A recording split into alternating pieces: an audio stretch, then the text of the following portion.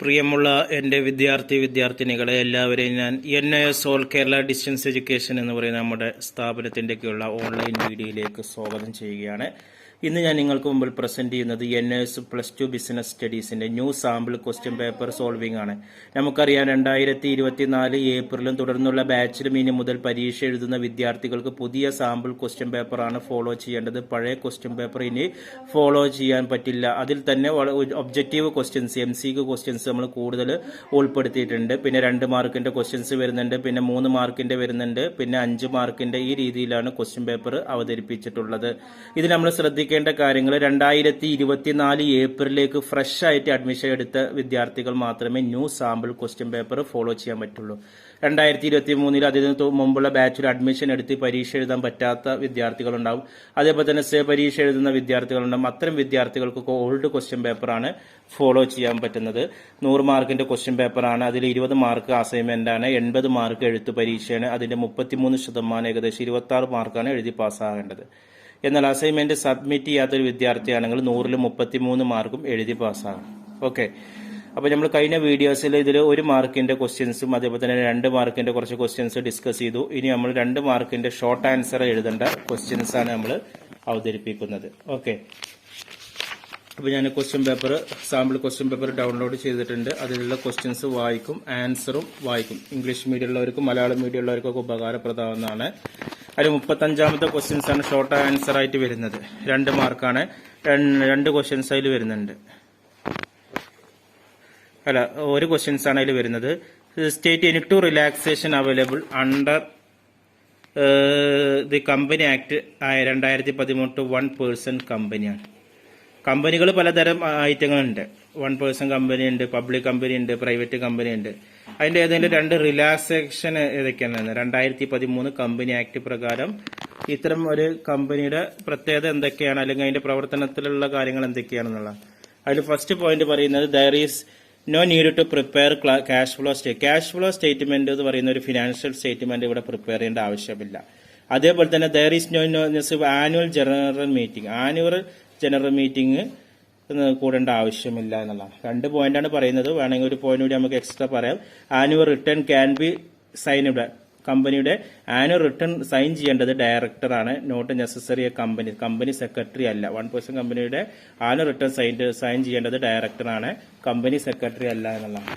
Okay, ഇത്രയാണ് ഇതിൽ പറയുന്നത്. ഇനി നമുക്ക് 37ാമത്തെ ക്വസ്റ്റ്യൻസിലേക്ക് പോകാം. Explain any 2 internal sources recruitment. ഒരു ജോബിന് വേണ്ടിയിട്ട് റിക്രൂട്ട് ചെയ്യുന്നുണ്ട്. റിക്രൂട്ട് ചെയ്യുമ്പോൾ അതിന് പറ്റുന്ന 2 ഇന്റേണൽ സോഴ്സസ് ഏതൊക്കെയാണെന്നുള്ളതാണ് പറയുന്നത്. ഓക്കെ, അതിൽ പ്രധാനപ്പെട്ട 2 ഇന്റേണൽ, ഒന്ന് ട്രാൻസ്ഫർ, ഒന്ന് പ്രൊമോഷൻ. ട്രാൻസ്ഫർ എന്ന് പറഞ്ഞാൽ shifting and employee from 1 job to another ആണ്. ഒരു എംപ്ലോയി ഒരു ജോബിൽ നിന്ന് മറ്റൊരു ജോബിലേക്ക് ചേഞ്ച് ചെയ്യണം without change the responsibility and salary. ഒരിക്കലും അവിടെ എന്ത് മാറുന്നില്ല, ആ വ്യക്തിയുടെ ഉത്തരവാദിത്വമോ ശമ്പളമോ മാറുന്നില്ല. അപ്പൊ ശമ്പളമോ ഉത്തരവാദിത്വമോ മാറാതെ ഒരു ജോലിയിൽ നിന്ന് വേറെ ജോലിക്ക് മാറുകയാണ്. ഇപ്പൊ കോഴിക്കോട് നിന്ന് ട്രിവാൻഡ്രത്തേക്ക് മാറുകയാണ്. ജോലിയുടെ ശമ്പളത്തിലും മാറ്റമില്ല, റെസ്പോൺസിബിലിറ്റിയിലും മാറ്റില്ല. എന്നാൽ പ്രൊമോഷൻ എന്ന് പറഞ്ഞാൽ സ്ഥാനക്കയറ്റാണ്. It involve shifting or transfer employee to higher job. Low ലെവലിൽ നിന്ന് ഹയർ ലെവലിലേക്ക് മൂവ് ചെയ്യാണ്. ഒരു എംപ്ലോയി നിലവിൽ ജോലി ചെയ്തതിൽ നിന്ന് ഇപ്പോൾ സ്കൂളിൽ ജോലി ചെയ്ത ഒരാൾ ചിലപ്പോൾ അല്ലെങ്കിൽ LP സ്കൂളിൽ ജോലി ചെയ്ത ആൾ UP സ്കൂളിലേക്ക് എത്തുക, പിന്നെ ഹൈസ്കൂളിലേക്ക് എത്തുക. അത് അദ്ദേഹത്തിന്റെ പ്രൊമോഷനാണ്.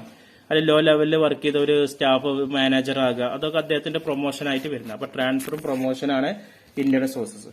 അതേപോലെ തന്നെ explain any 2 sources of external. അപ്പൊ ഇതിൽ ഏതെങ്കിലും ഒന്ന് ആൻസർ ചെയ്താൽ മതി കേട്ടോ. 37 2 എക്സ്റ്റേണൽ സോഴ്സസ് ഏതൊക്കെയാണെന്നുള്ളതാണ് പറയുന്നത്. അപ്പൊ എക്സ്റ്റേണൽ സോഴ്സസിൽ വരുന്നത് ഒന്ന് അഡ്വർടൈസ്മെന്റ് ഇൻ ന്യൂസ് പേപ്പറാണ്, അല്ലെ, പരസ്യങ്ങൾ ന്യൂസ് പേപ്പറിൽ കൊടുക്കുക. അതേപോലെ എംപ്ലോയ്മെന്റ് എക്സ്ചേഞ്ച് വഴി നമ്മൾ രജിസ്റ്റർ ചെയ്യുന്നുണ്ട്. 10ാം ക്ലാസ് ഒക്കെ കഴിഞ്ഞ ആളുകൾ എംപ്ലോയ്മെന്റ് എക്സ്ചേഞ്ച് വഴി രജിസ്റ്റർ 3 കൊല്ലം അങ്ങനെ പുതുക്കി പോവും. അവർക്ക് തൊഴിലില്ലായ്മ വേതനം കിട്ടുന്നുണ്ട്. അതേപോലെ തന്നെ എവിടെയെങ്കിലുമൊക്കെ ജോലി ഒഴിവുണ്ടെങ്കിൽ ഇതുവഴി ജോലികളൊക്കെ സീനിയോറിറ്റി ബേസിൽ ലഭിക്കുന്നുണ്ട്. പിന്നെ നമുക്ക് 38ാമത്തെ ക്വസ്റ്റ്യൻസിലേക്കാണ് ഞാൻ പോകുന്നത്. ഹൈലി റെപ്യൂട്ടഡ് കമ്പനിയാണ് എന്ന് പറഞ്ഞാൽ blue chip company are the major player of this type of money market instrument ആണ്. അതിൽ ചോദ്യം തന്നെ identify the money market instrument highlight in the above. ഏത് മണി മാർക്കറ്റ് ഇൻസ്ട്രുമെന്റ് ആണ് ഇതിൽ വരുന്നത്? ആൻസർ കൊമേഴ്ഷ്യൽ പേപ്പറാണ്. B ക്വസ്റ്റ്യൻസ് ഉണ്ട്. What is the main purpose of instrument identified? It is a popular instrument finance working capital requirement ആണ് അതിൽ വരുന്നത്. ഇനി അടുത്ത് ഡിഫൈൻ ഇന്റർപ്രറ്റ് ട്രേഡ് എന്ന എക്സാമ്പിൾ ആണ്. എന്താണ് ഇന്റർപ്രറ്റ് എന്ന് പറയുന്നത്? ഓക്കെ, അതിന്റെ എക്സ്പ്ലനേഷൻ ഇവിടെ വരുന്നുണ്ട്. ഇന്റർപ്രറ്റ് എന്ന് പറഞ്ഞാൽ രണ്ട് രാജ്യങ്ങൾ തമ്മിൽ എന്താണ് ഒരേ സമയം കയറ്റുമതിയും ഇറക്കുമതി നടത്തുന്നത്. ഇപ്പൊ ഇന്ത്യ നമ്മൾ എന്താണ് ജപ്പാനിൽ നിന്നൊരു പ്രൊഡക്റ്റ് ഇങ്ങോട്ട് ഇറക്കുമതി ചെയ്തു, അത് എവിടേക്ക് കൊടുക്കുകയാണ്? തായ്ലാന്റിലേക്ക് കയറ്റി വിടുകയാണ്. അത് ഇൻട്രോ പ്രൊഡക്റ്റ് ആണ്.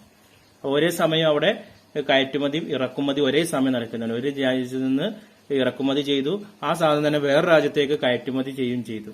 അതിൽ പ്രോഫിറ്റ് എടുത്തിട്ടായിരിക്കും. ഓക്കെ, അതാണ് എന്ത് പറയുന്നത്?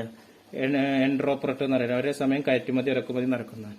ഇനി അതല്ലെങ്കിൽ എക്സ്പോർട്ട് എന്ന് പറഞ്ഞാൽ എന്താണ്? എക്സ്പോർട്ട് എന്ന് പറഞ്ഞിട്ടൊരു ക്വസ്റ്റ്യൻസിൽ വരുന്നത് എന്താണ് കയറ്റുമതി എന്ന് പറയുന്നത്? കയറ്റുമതി എന്ന് പറയുന്നത് എന്താണ്? ഒരു രാജ്യത്ത് ഉൽപ്പാദിച്ച സാധനങ്ങൾ വിദേശ രാജ്യങ്ങളിലേക്ക് കയറ്റി അയക്കുന്നതാണ് കയറ്റുമതി എന്ന് പറയുന്നത്. അപ്പോൾ വിദേശ കറൻസികൾ നമ്മുടെ രാജ്യത്തിലേക്ക് എത്തുകയും ചെയ്യുന്നു. അതിന് ടാക്സും കാര്യങ്ങളൊക്കെ വരുന്നുണ്ട്. ഓക്കെ, ഇനി